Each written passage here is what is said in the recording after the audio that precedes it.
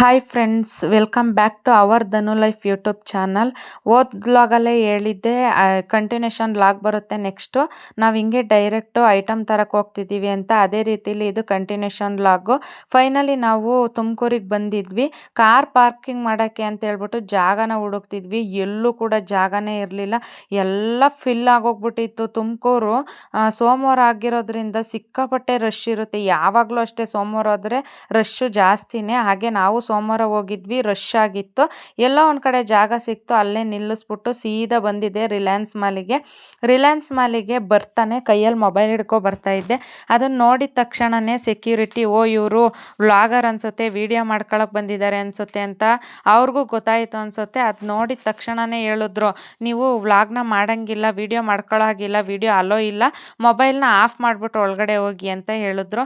ನಾನು ಸರಿ ಆಯಿತು, ಹೆಂಗೋ ಒಂದು ಕೆಳಗಡೆನೆ ಮೊಬೈಲ್ ಹಿಡ್ಕೊಂಡು ಮಾಡ್ಕೊಳ್ಳೋಣ, ನನಗೆ ಹೆಂಗಾಗುತ್ತೆ ಹಂಗೆ ಮಾಡ್ಕೊಳ್ಳೋಣ ಅಂತ ಹೇಳ್ಬಿಟ್ಟು ಅಲ್ಲಿಂದ ಆಫ್ ಮಾಡಿಕೊಂಡು ಒಳಗಡೆ ಬಂದಾದಮೇಲೆ ನಾನು ಕೂಡ ನನ್ನ ಫೇಸ್ ತೋರಿಸಿಲ್ಲ ನೋಡಿ. ಅದಕ್ಕೆ ನಾನೇನಾದರೂ ಮೊಬೈಲ್ನ ಮೇಲೆತ್ತಿ ವ್ಲಾಗ್ನ ಮಾಡೋಕ್ಕೆ ಅಂತ ಸ್ಟಾರ್ಟ್ ಮಾಡಿಬಿಟ್ರೆ ಅವ್ರು ಎಲ್ಲಿ ಬಂದು ಹೇಳಿದ್ರು ಕೂಡ, ನೀವು ಮತ್ತೆ ವ್ಲಾಗ್ ಮಾಡ್ತಿದ್ದೀರಾ, ವಿಡಿಯೋ ಮಾಡಬೇಡಿ ಅಂತ ಹೇಳಿಲ್ವಾ ಅಂತೆಲ್ಲಾದರೂ ಬೈದ್ರೆ ಕಷ್ಟ ಅಂತ ಹೇಳ್ಬಿಟ್ಟು ಹಾಗೆ ವಿಡಿಯೋನ ಮಾಡ್ಕೊಂಡು ಹೋಗ್ತಾ ಇದ್ದೆ.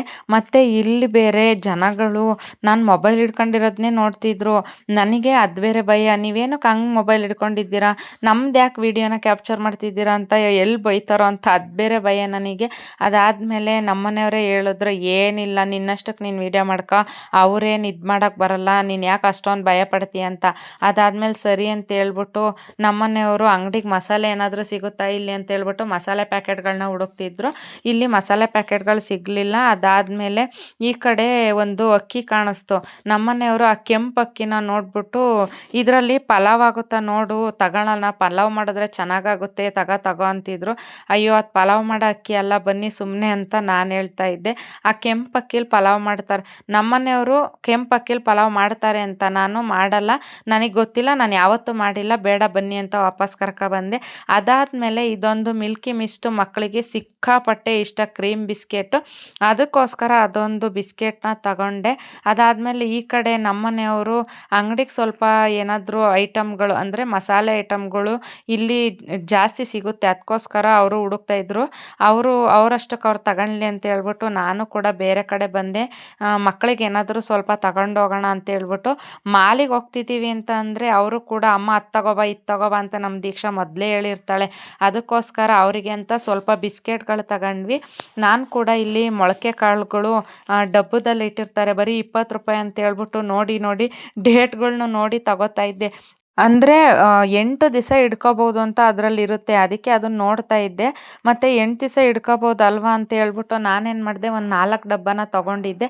ಅದನ್ನು ನೋಡ್ಬಿಟ್ಟು ನಮ್ಮನೆಯವರು, ಇದೇನು ಇಷ್ಟೊಂದು ತಗೊಂಡಿದ್ಯಾ, ಮಾಡೋಕ್ಕೆ ಕೆಲಸ ಇಲ್ವಾ ನಿಂಗೆ, ಬರೀ ಏನು ಇದನ್ನೇ ತಿಂತಾರ ಅಂತಿದ್ರು. ನಾನಂದೆ, ಒಂದೇ ಸಲ ಮಾಡೋದಲ್ಲ, ಇದು ಇಟ್ಕೊಂಡು ತಿನ್ಬೋದು, ಅದಕ್ಕೆ ತಗೊಂಡಿದ್ದೀನಿ ಅಂತ ಹೇಳಿದೆ. ಸರಿ ಅಂತ ಹೇಳ್ಬಿಟ್ಟು ಅವರು ಕೂಡ ಮಿಲ್ಕ್ ಶೇಕ್ ತಗೋಬೇಕಿತ್ತು ಅಂಗಡಿಗೆ ಮಾರೋಕ್ಕೆ ಅಂತೇಳಿ ಮಿಲ್ಕ್ ಶೇಕ್ನ ಹುಡುಕ್ತಿದ್ರು. ನಾನು ಅಲ್ಲೇ ನಿಂತಿದ್ದವಳು, ಮುಂದೆ ಹೋಗೇ ಇಲ್ಲ. ಯಾಕೆ ಅಂದರೆ ಅಲ್ಲಿ ರೆಡ್ ಕಲರು ಮತ್ತು ಯೆಲ್ಲೋ ಕಲರು ಕ್ಯಾಪ್ಸಿಕಮ್ ಮೆಣಸಿನ್ಕಾಯಿ ಇತ್ತು. ನಾನು ಯಾವತ್ತೂ ನೋಡೇ ಇರಲಿಲ್ಲ ಕೆಂಪುದು ಮತ್ತು ಯೆಲ್ಲೋ ಕಲರ್ದು ಅಂತ ಹೇಳ್ಬಿಟ್ಟು ಅದನ್ನೇ ನೋಡ್ಕೊಂಡು ನಿಂತಿದ್ದೆ. ಅಂದರೆ ನಮ್ಮನೆಯವರು, ನಾನು ನೋಡಿದ್ದೀನಿ, ನೀನು ಇದೇ ಮೊದಲ ನೋಡ್ತಿರೋದು ಅಂತ ಅಂದರು. ಅವರು ಅಂದರೆ ಯಾವಾಗ್ಲೂ ಅಲ್ಲಿ ಇಲ್ಲಿ ಅದೇ ಮಾಲ್ಗಳಿಗೆಲ್ಲ ಹೋಗ್ತಾ ಇರ್ತಾರೆ, ಡಿಮಾರ್ಟು ಅಥವಾ ರಿಲಯನ್ಸ್ ಮಾಲು ಈ ಥರ ಎಲ್ಲ ಹೋಗ್ತಾ ಇರ್ತಾರೆ, ನೋಡಿರ್ತಾರೆ. ನಾನು ಮಾತ್ರ ನೋಡಿರಲಿಲ್ಲ, ಇದೇ ಮೊದಲು ನೋಡಿದ್ದು ಅಂತ ಹೇಳ್ಬಿಟ್ಟು ಅಲ್ಲೇ ನೋಡ್ಕೊಂಡು ನಿಂತ್ಕೊಂಡಿದ್ದೆ. ಈ ಕಡೆ ಬಾ, ಇಲ್ಲಿ ಸಾಕು ನೋಡಿದ್ದು, ಅದೇನು ಒಳ್ಳೆ ನೋಡಿಲ್ದೇ ಇರೋರ ಥರ ಅದನ್ನೇ ನೋಡ್ತಿದ್ಯಾ ಅಂದರು. ಸರಿ ಅಂತ ಹೇಳ್ಬಿಟ್ಟು ಹಾಗೆ ಮುಂದೆ ಬಂದೆ. ನಮ್ಮನೆಯವ್ರು ಹೇಳ್ತಾ ಇದ್ರು, ನೀನು ದೊಡ್ಡ ಮಂಗ, ನಿನ್ನನ್ನು ಕರ್ಕೊಬಂದಿದ್ದೀನಲ್ಲ ಮಾಲಿಗೆ ಅಂತ. ಯಾಕೆ ಅಂತ ಅಂದರೆ, ಮತ್ತೆ ನೋಡ್ಕೊಂಡು ಅಲ್ಲಲ್ಲೇ ನಿಂತ್ಕೊತೀಯ, ಬೇರೆ ಐಟಮ್ಗಳು ತಗೋಬೇಕು ತಾನೆ, ಮನೆಗೆ ಹೋಗೋಕ್ಕೆ ಟೈಮ್ ಆಗುತ್ತೆ ಅಂತ ಬೈತಿದ್ರು. ಸರಿ ಅಂತ ಹೇಳ್ಬಿಟ್ಟು ನಾನಂತೂ ಅಲ್ಲಿ ಬೆಣ್ಣೆ ಇತ್ತು, ಬೆಣ್ಣೆ ತಗೊಳ್ಳೋಣ ಅಂತ ನೋಡ್ತಾ ಇದ್ದೆ. ನಮ್ಮತ್ತೆ ಬೆಣ್ಣೆ ಏನಾದರೂ ತಗೊಬಂದರೆ ಸರಿಯಾಗಿ ಉಗಿಯುತ್ತೆ ಅಂತ ಹೇಳ್ಬಿಟ್ಟು ಬೇಡ ಬೆಣ್ಣೆ ಅಂತ ಹೇಳ್ಬಿಟ್ಟು ಹಾಗೆ ವಾಪಸ್ ಬಂದ್ಬಿಟ್ಟೆ. ಯಾಕೆಂದರೆ ನಮ್ಮ ಅತ್ತೆನೇ ಮನೇಲೇ ಬೆಣ್ಣೆ ಮಾಡ್ತಾರೆ, ಆ ಬೆಣ್ಣೆನ ನಮಗೂ ಕೊಡ್ತಾ ಇರ್ತಾರೆ. ಅದೇ ಆಗುತ್ತೆ ಅಂತ ಹೇಳ್ಬಿಟ್ಟು ಬೆಣ್ಣೆ ಬೇಡ ಅಂತ ವಾಪಸ್ ಬಂದೆ. ಮುಂದೆ ಬಂದ್ಬಿಟ್ಟು ಇಲ್ಲಿ ಮ್ಯಾಟ್ಗಳು ಇದ್ವು. ನಾನು ಕೇಳ್ತಾ ಇದ್ದೆ ನಮ್ಮನೆಯವ್ರಿಗೆ, ಇದು ಕಮ್ಮಿ ರೇಟ್ ಅಂತೆ ಮ್ಯಾಟುಗಳು, ಕೊಡಿಸ್ರಿ ಅಂತ ಕೇಳಿದ್ರೆ, ಮ್ಯಾಟು ಬೇಡ ಏನೋ ಬೇಡ, ನಡೀತೀಯ ಇಲ್ವಾ, ಸುಮ್ಮನೆ ಮನೇಲಿರೋ ಮ್ಯಾಟುಗಳನ್ನೇ ಹಾಕು, ಆಮೇಲೆ ಇನ್ನೊಂದು ದಿವಸ ಬಂದಾಗ ತಗೊಳುವಂತೆ ಅಂತ ಹೇಳ್ತಾ ಇದ್ರು. ನಾನು ಇಲ್ಲ, ಆಫರ್ ನಡೀತೈತೆ, ಬರೀ 50 ರೂಪಾಯಿ ಒಂದು ಮ್ಯಾಟು, ಕೊಡಿಸ್ರಿ ಅಂತ ನಾನಂದರೆ, ನಮ್ಮನೆಯವರು ಮೇಲೆ ನೋಡಿದ್ಯಾ ಕರೆಕ್ಟಾಗಿ, ನೋಡಲ್ಲ ಮಾಡಲ್ಲ, ಬರೀ 50 ರೂಪಾಯಿ ಅಂತ ಹೇಳ್ತೀಯ, ಅಲ್ಲಿ ಮೇಲ್ಗಡೆ ನೋಡಲ್ಲಿ 150 ರೂಪಾಯಿ ಇರೋದು, 50 ರೂಪಾಯಿ ಡಿಸ್ಕೌಂಟು 100 ರುಪೀಸ್ ಅಂತ ಐತೆ, ಇನ್ನೊಂದ್ಸಲ ತಗೊಳ್ಳುವಂತೆ ನಡಿ ಅಂತ ಬೈತಾ ಇದ್ರು. ಸರಿ ಅಂತ ಹೇಳ್ಬಿಟ್ಟು ನಾವು ಈ ಕಡೆ ಇದು ಪಾತ್ರೆಗಳಿದ್ವು, ಒಂದು ಇದು ಲೋಟಗಳು ತಗೊಳ್ಳೋಣ ಬನ್ನಿ ಅಂತ ಅಂದೆ. ಅದು ಬೇಡ ಯಾವುದು ಬೇಡ, ಬರೀ ಮನೆಗೆ ಇವಾಗ ಏನಿದ್ರು ದಿನಸಿ ಐಟಮ್ ಬೇಕಾದರೆ ತಗೋ ಅಂತ ಹೇಳಿದ್ರು. ನಾನು ಹೇಳಿದೆ, ಎಲ್ಲದು ತೋರಿಸೋದು ನೀವೇ, ಕೊಡಿಸಿ ಅಂದರೆ ಕೊಡ್ಸಲ್ಲ, ಏನಿಲ್ಲ, ಬೇಡ ಅಂತ ಅಂತೀರಾ ಅಂತ ಕೇಳ್ತಾ ಇದ್ದೆ. ಅವರು ಆ ಲೋಟಗಳನ್ನೇ ನೋಡಿಕೊಂಡು ಅಲ್ಲೇ ನಿಂತ್ಕೊಂಡಿದ್ದಾರೆ.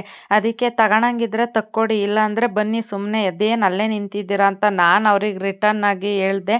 ಅವ್ರು ಅದಕ್ಕೆ ಯಾವುದು ಬೇಡ ನಡಿ ಹೋಗೋಣ ಅಂತ ಹೇಳ್ತಿದ್ರು. ಮುಂದೆ ಬಂದಾಗ ಅಲ್ಲೊಂದು ತಪ್ಪಲೆ ಥರ ಇತ್ತು. ಆ ತಪ್ಪಲೆ ಎಷ್ಟು ಅಂತ ನೋಡಿದ್ರೆ 250 ರೂಪಾಯಿ ಇತ್ತು. ನಮ್ಮನೆಯವ್ರು ನೋಡಿಲಿ ಇದು ಎಷ್ಟು ಚೆನ್ನಾಗೈತೆ ನೋಡೋಕ್ಕೆ ಅಂತ ಅಂದರು. ನಾನು ಅದಕ್ಕೆ ಅಯ್ಯೋ, ಅದು 250 ರೂಪಾಯಿ ಕೊಟ್ಟು ಏನಕ್ಕೆ ತಗೋಬೇಕು, ನಾನು ಮನೆಯಲ್ಲಿ ಕೂದಲು ಕೂಡಿಕ್ಕಿದ್ದೆ, ಆ ಕೂದಲು ಕೊಟ್ಟಿದ ತಕ್ಷಣ ಪಾತ್ರೆನ ಕೊಟ್ಟಿದ್ದಾರೆ, ನಾನು ಫ್ರೀಯಾಗೆ ತಗೊಂಡಿದ್ದೀನಿ, ಬನ್ನಿ ನೀವು ಅಲ್ಲಿಂದ ಅಂತ ಹೇಳ್ಬಿಟ್ಟು ಅಲ್ಲಿಂದ ವಾಪಸ್ಸು ಕರ್ಕೊಬಂದೆ. ಬೇರೆ ಬೇರೆ ಐಟಮ್ಗಳನ್ನ ಇನ್ನೂ ತಗೊಳ್ಳೋದಿತ್ತು, ಅದನ್ನೆಲ್ಲ ತಗೊಳ್ತಾ ಇದ್ವಿ. ತಗೊಂಡು ಲಾಸ್ಟಿಗೆ ಈ ಕಡೆ ಬಿಲ್ಲಿಂಗ್ ಮಾಡ್ಸೋಕ್ಕೆ ಅಂತ ಬರಬೇಕಾಯಿತು. ಬಿಲ್ಲಿಂಗ್ ಮಾಡಿಸ್ಬೇಕಾದ್ರೆ ನಮ್ಮನೆಯವರು ಬಿಲ್ಲಿಂಗ್ ಮಾಡ್ಸೋಣ ಬಾ ಅಂತ ಹೇಳಿದ್ರು. ನಾನು ಅಷ್ಟರಲ್ಲಿ ಇಲ್ಲಿ ಮಕ್ಕಳಿಗೆ ಪೆನ್ನು ಮತ್ತು ಪೆನ್ಸಿಲ್ಗಳು ಇವೆಲ್ಲ ನೋಡಿದ್ನಲ್ವ. ದೀಕ್ಷಾ ನನಗೆ ಪೆನ್ ಎರೇಸರ್ ತಗೊಂಬಂದು ಕೊಡು ಅಂತ ಹೇಳ್ತಿದ್ಲು. ಅದನ್ನು ತಗೊಳ್ಳೋಣ ನೋಡೋಣ ಅಂತ ಇಲ್ಲಿಗೆ ಬಂದೆ. ಅಲ್ಲಿ ಬಂದು ನೋಡಿದ್ರೆ ಆ ಪೆನ್ ಎರೇಸರೇ ಸಿಕ್ಕಲಿಲ್ಲ. ಅವ್ರು ಹೇಳ್ತಾ ಇದ್ರು, ನೀನು ಪೆನ್ ಎರೇಸರು ಅಂತ ಅವತ್ತಿಂದ ಹುಡುಕ್ತಾನೆ ಇದೆಯಾ, ಅದು ಸಿಗ್ತಾನೆ ಇಲ್ಲ, ಅದಿನ್ಯಾವ ಥರ ಇರುತ್ತೋ ಏನೋ ಗೊತ್ತಿಲ್ಲ. ಅವಳು ಅವತ್ತು ಕೂಡ ತಗೊಂಡೋಗ್ಲಿಲ್ದಕ್ಕೆ ಅಳ್ತಾ ಕೂತಿದ್ಲು, ಇವತ್ತು ತಗೊಂಡು ಹೋಗ್ಲಿಲ್ಲ ಅಂದರೆ ಅಳ್ತಾಳೆ.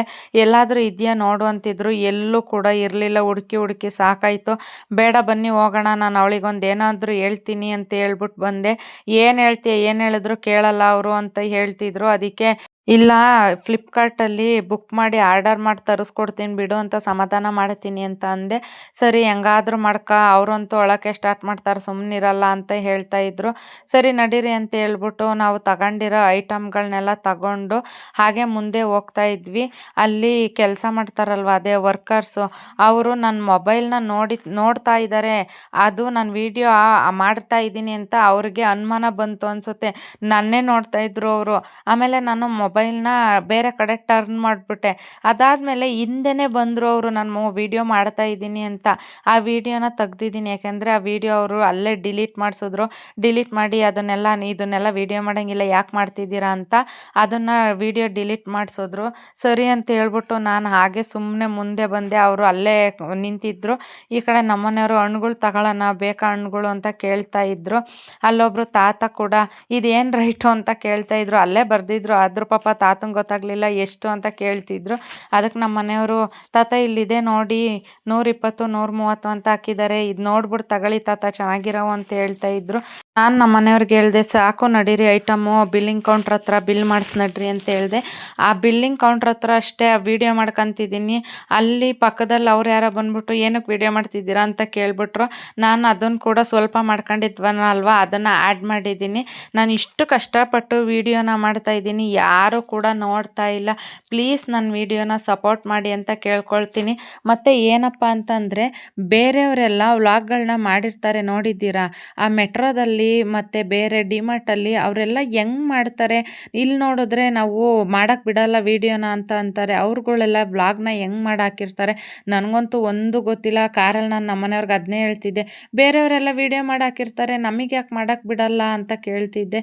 ಅವರು ಏನೋ ನನಗೇನು ಗೊತ್ತು, ನನಗಷ್ಟು ಐಡಿಯಾ ಇಲ್ಲ ಅದ್ರ ಬಗ್ಗೆ ಅಂತ ಹೇಳ್ತಿದ್ರು.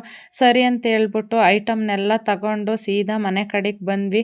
ಮನೆಗೆ ಬರಬೇಕಾದ್ರೆ ಕಾರಲ್ಲೇ ಹೇಳ್ತಿದ್ದೆ, ಯಪ್ಪ ಇಷ್ಟೊಂದು ಅಂಗಡಿ ಐಟಮು, ಮನೆ ಐಟಮು ಇದೆಲ್ಲ ತಗೊಳಕ್ಕೆ ಹೋಗಿ ನನಗಂತೂ ಸಾಕಾಗೋಯ್ತು ಅಂತ ಹೇಳ್ತಾ ಇದ್ದೆ. ಮನೆಗೆ ಬಂದಿದ್ದ ತಕ್ಷಣನೇ ಮನೆಗೆ ತಂದಿರೋ ಐಟಮ್ನೆಲ್ಲ ತೆಗಿತಾ ಇದ್ದೆ. ಅದನ್ನೆಲ್ಲ ತೆಗ್ದಿದ್ದು ನೋಡಿ ಸಿರಿ ಬಂದು ಇಷ್ಟೊಂದೆಲ್ಲ ತಂದ್ರೆ ಐಟಮು ಅಂತ ಕೇಳ್ತಾ ಇದ್ಲು. ಆಮೇಲೆ ಇಷ್ಟೇ ಅಲ್ಲ, ಇನ್ನೂ ಚೀಲದಲ್ಲಿದೆ ತಡಿ ಅಂತ ಹೇಳ್ಬಿಟ್ಟು ದೀಕ್ಷಾ ಚೀಲ ಕೊಡು ಅಂದರೆ ಅವಳು ಚೀಲನ ಎಳ್ಕೊಬರ್ತಾ ಇದ್ಲು. ಅದನ್ನು ನೋಡ್ಬಿಟ್ಟು ಸಿರಿ, ನಾನು ನಿನ್ನ ಜೊತೆ ಕುತ್ಕೊಂತೀನಿ ವಿಡಿಯೋಗೆ ಅಂತಂದರೆ ದೀಕ್ಷಾ ಇದ್ದವಳು, ಬೇಡ ಬಾರೆ ಫೋಟೋ ತೆಗಿಬೇಕು, ನೀನು ಬೇರೆ ಕುತ್ಕೋಬೇಡ ಅಲ್ಲಿ ಅಂತ ಪಾಪ ಅವಳ ಹತ್ರ ಕಿತಾಪತಿ ಮಾಡ್ತಿದ್ಲು. ಆಮೇಲೆ ಬೇಡ ಬಾ ಕುತ್ಕೊ ಅಂತ ಹೇಳ್ಬಿಟ್ಟು ಸಿರಿನೂ ಕೂಡ ಪಕ್ಕಕ್ಕೆ ಕೂರಿಸ್ಕೊಂಡೆ.